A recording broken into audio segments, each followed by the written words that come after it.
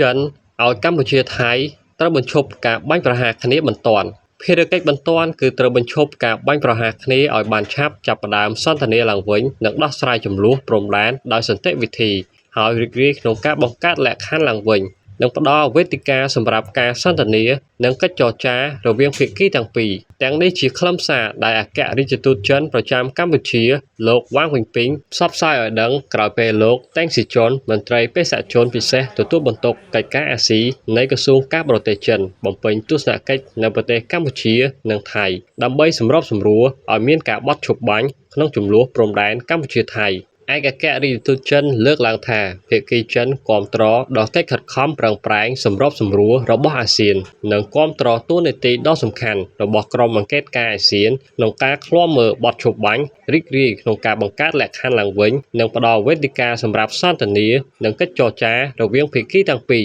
ចិនសង្ឃឹមថាកម្ពុជានិងថៃរួមដំណើរគ្នាតទៅមុខខិតខំស្ដារទំនុកចិត្តគ្នាទៅវិញទៅមកនឹងការកសាងសន្តិភាពឡើងវិញតាមបណ្ដោយព្រំដែន